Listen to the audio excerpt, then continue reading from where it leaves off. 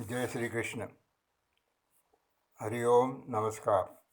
श्रीमद् भगवत कथामृत श्रवण मालिका में हम सुदामा का श्री कृष्ण भगवान से भेंट का प्रसंग देख रहे हैं।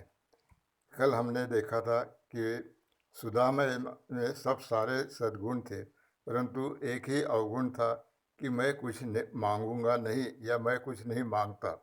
इस बात का उन्हें अभिमान था और इसी अभिमान को भगवान किस प्रकार तोड़ते हैं हम देखेंगे। देखो, कभी कभी लोगों में ऐसा अभिमान भी देखा जाता है कि यह अभिमान कुछ विचित्र प्रकार का होता है। मैं किसी के आगे हाथ नहीं फैलाऊंगा।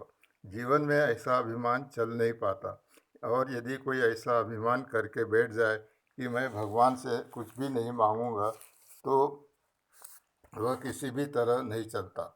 बहुत से लोगों में बहुत सारी बातें अच्छी होती है, लेकिन कोई न कोई कमी रहती है। कई लोगों के अध्यात्म मार्ग में बड़ी प्रवृत्ति होती है, लेकिन वे संन्यास लेना बिल्कुल पसंद नहीं करते। इसीलिए कि संन्यास लेने के पर भिक्षा मांगनी पड़ती है। वे कहते हैं, मैं भिक्षा नहीं मांग सकता, स्वयं कमाकर अपनी कमाई खाऊंगा। देखो, अपनी कमाई का यह जो अभिमान है ना, यही उन्हें संन्यास लेने से रोकता है। सुदामा जी में भी इसी प्रकार की वृत्ति थी कि मैं किसी से कुछ मांगूंगा नहीं। जब ब्राह्मणी ने जब ऐसा कहा, तो सुदामा जी सोचने लगे कि भगवान के पास जाने से कुछ बिगड़ता तो है नहीं, भले ही कुछ मांगने के लिए न सही, पर इसी बहाने श्री कृष्ण से मिलना होगा। बहुत दिन हो गए हैं उनसे मिले हुए। देखो, गुरुकुल में दोनों साथ पढ़ते थे, लेकिन उसके बाद भी वे कभी मिले नहीं। श्री कृष्ण तो भगवान है, राजगाज में थे, कभी इधर तो कभी उधर जाते रहते थे। उन्हें आने जाने में बहुत पड़ता था, और जबकि सुदामा जी को सामान्य जीवन व्यतीत कर रहे थे। अतः अनेक वर्ष बीत गए, परंतु दोनों के मिलने का अवसर ही नहीं आया। अब सुदामा जी का शरीर तो ऐसा जर्जर हो गया था जैसे उनसे कोई ताकत ही नहीं हो। ज़्यादा आयु होने के कारण वे मानव बूढ़े से लगने लगे। जब सोचा कि भगवान से मिलने जाना है, तब उन्होंने अपनी पत्नी से कहा, वहाँ मैं खाली हाथ कैसे जाऊँ, घर में कुछ तो ला कर दो। वैसे भगवान को अभी यह मालूम नहीं था कि सुदामा जी का विवाह हो गया है, लेकिन सुदामा जानते थे कि वे पूछेंगे कि गुरुकुल वास के बाद क्या क्या किया। जब उन्हें पता चलेगा कि विवाह भी हुआ है, तो वे अवश्य ही पूछेंगे कि भाभी ने मेरे लिए क्या भेजा है। अतः सुदामा जी कहते हैं, घर में कुछ ही तो दे दो। घर में तो कुछ था नहीं। अतः वह ब्राह्मणी जाकर 4 मुट्ठी चिवड़ा मांग कर ले आती है। 4 घरों से आया हुआ वह चिवड़ा 4 प्रकार का था, कोई सफ़ेद था, कोई लाल। जब घर से ऐसी दरिद्रता थी कि उन्हें बांध कर देने के लिए कोई अच्छा कपड़ा भी नहीं था, किसी प्रकार उसने एक चिथड़े में उनको बांध कर सौंप दिया। सुदामा जी उस पोटली को लेकर चल पड़े। जाते समय सुदामा जी मनोरथ करते जा रहे थे कि मैं इतने दिनों बाद भगवान से मिलूंगा, वे मुझसे किस प्रकार मिलेंगे। कभी उन्हें लगता था कि पता नहीं वे मुझे पहचानेंगे कि ये भी नहीं। तब क्या होगा, वे तो राजा है और मैं ऐसी दशा में हूँ। पता नहीं कैसे मिलना होगा, वहाँ क्या होगा। इस प्रकार सोचते हुए जा रहे थे। शरीर में शक्ति भी नहीं थी, अतः वे थक कर एक जगह बैठ गए। तो बैठे बैठे उन्हें नींद आ गई। भगवान को उन पर दया आती है, और उन्होंने कुछ ऐसी माया की कि सुदामा जी को उसी समय नींद में ही उठाकर द्वारका जी सीमा पर ले आए। भगवान ने उन्हें चलकर वहां पहुंचने की तकलीफ भी उठाने नहीं दी। जब सुदामा की आँख खुली, तब उन्हें वहाँ एक विशाल नगरी दिखाई दी। जैसे एक छोटे से गांव से कोई आदमी जब मुंबई शहर में आता है, तो वह आश्चर्य से सब और देखने लगता है और कहता है कि ये सारे लोग दौड़ क्यों रहे हैं, कहीं आग लगी है क्या। तो वहाँ के लोग कहते हैं, दौड़ कौन रहा है, ये तो यहाँ की सामान्य बात है। एक बार एक आदमी पहली बार कलकत्ता गया। वह कहने लगा, यह जुलूस किसके लिए निकल रहा है। बोले, जुलूस, यह तो यहाँ के लोग चल रहे हैं। बस और कुछ नहीं।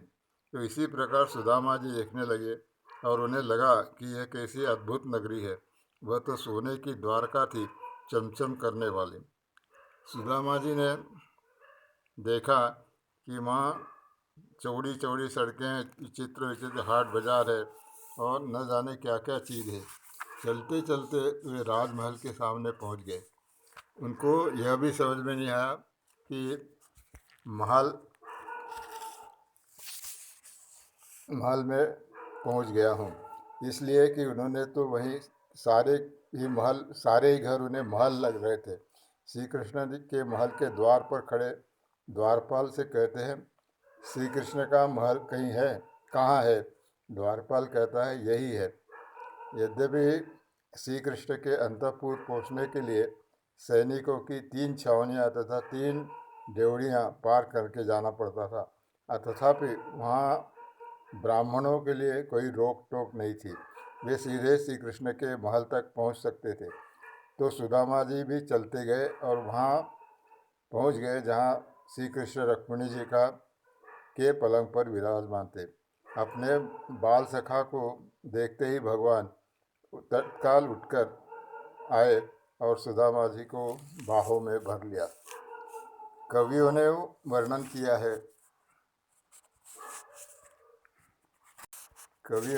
किया है कि जब सुदामा जी ने द्वारपाल से कहा कि वे श्री कृष्ण से मिलना चाहते हैं, तब वह अंदर जाकर भगवान से कहता है, भगवान, एक दरिद्री ब्राह्मण आया है जो शक्तिहीन और बिल्कुल जर्जर अवस्था में और अपना नाम सुदामा बता रहा है। सुदामा नाम सुनते ही भगवान वहाँ से दौड़ पड़े। देखो, परम शक्तिशाली भगवान अपने आसन से दौड़ पड़े। फिर वे ऐसी आतुरता से अपने सखा को गले लगाते हैं कि वह बेचारा तो वैसे ही दुबला पतला था, हड्डियां ही बची थी, वह दबा जाता। भगवान प्यार से उसको दबाते ही चले जा रहे थे। उनको यह ध्यान ही नहीं रहा कि यह इतना दुबला है, इसमें कोई ताकत नहीं है। सारे लोग चकित और विस्मित होकर देखते ही रह गए। पहरेदार सब डर गए कि हम तो इसे रोक रहे थे, वैसे हम इनको भगा ही देने वाले थे। अच्छा हुआ अंदर आकर पूछ लिया, नहीं तो बाद में जब श्री कृष्ण को पता चलता तब हमारी नौकरी ही चली जाती। अब भगवान सुदामा जी को अंदर ले आते हैं और उन्हें अपने पलंग पर बिठाते हैं और कहते हैं, लाओ, इनके चरण धोने के लिए पात्र लाओ। सारी चीज़ें मंगवा कर उनके चरण धोते हैं, उनकी पूजा करते हैं। रुक्मिणी जी चवर ढुलाती है। सारी पत्नियां आकर खड़ी हो जाती है। वे सब सिर्फ देखती रह जाती है कि भगवान देखो कैसे हैं। सुदामा जी को सुंदर पीताम्बर धारण करवाते हैं, सुंदर उपवस्त्र पहनवाते हैं, सोने की माला पहनाते हैं, अंगूठियाँ पहनता। फिर गुरुकुल की बातों को याद करते हैं और कहते हैं, सुदामा, गुरुकुल की पढ़ाई के बाद तुमने क्या किया? तुम्हारा विवाह हुआ या नहीं? जब सुदामा ने हाँ भरी तो कहते हैं, फिर तो भाभी ने मेरे लिए कुछ न कुछ दिया होगा, बताओ क्या दिया है? सुदामा जी तो द्वारका का वैभव देखकर चकित हो गए थे। वास्तव में माँ की भव्यता देखकर वे वैसे ही घबरा गए थे। और फिर भगवान ने जिस तरह से उनका स्वागत किया, उनसे प्यार किया, उसके बाद तो उन्हें कुछ समझ में नहीं आ रहा था कि मैं क्या कहूँ क्या नहीं। वे भूल ही गए थे कि मेरे साथ में एक पोटली लेकर आया हूँ, इसमें चिवड़ा रखा है। और जब भगवान ने पूछा तब उनको उसकी याद आई, लेकिन वे सोचने लगे, इस वैभव के आगे मैं कैसे निकाल कर दूँ? यही तो बड़े बड़े लोग इनसे मिलने आते होंगे, वे सब साथ में क्या क्या उपहार लाते होंगे, अब मैं चिवड़ा कैसे दूँ? ऐसा सोचकर सुदामा जी कहते हैं, नहीं, मैं कुछ नहीं लाया, और उन्हें छिपाते भी जाते हैं। भगवान कहते हैं, ऐसा तो हो ही नहीं सकता, भाभी ने मेरे लिए कुछ न कुछ दिया ही होगा। भगवान मन में सोचते हैं, इसकी पुरानी आदत अभी गई नहीं, उस समय भी उन्हें इसने मुझे नहीं दिया था, अब भी नहीं दे रहा है। जब तक यह मुझे देता नहीं, मैं इसे कैसे दूं? भगवान बड़े कृपालु हुए, उन्होंने उस पोटली को खोल के देख लिया, फिर वे उसे खाने लगे। ब्राह्मण ने उसे ले लिया, फिर उसे पोटली खोलकर उसमें एक मुट्ठी चिवड़ा उतार कर मुँह में डाले। कहते हैं इतना मीठा है, इतना स्वादिष्ट तो है अमृत के समान, और वे खाते चले जा रहे हैं। इतने में रुक्मिणी जी भगवान का हाथ पकड़ लेती है, यह कहते हुए कि आप ही सब खा जाओगे क्या, क्या हमें कुछ नहीं मिलेगा। सुदामा जी आश्चर्य में भरकर यह सब देखते रहते हैं। आज हम यहीं रुकेंगे, इसके अगला प्रसंग कल पर देखेंगे। सुदामा मिलन का प्रसंग बहुत ही सुंदर और रोचक है और सबसे अच्छा प्रसंग है। हरि ओम हरि ओम।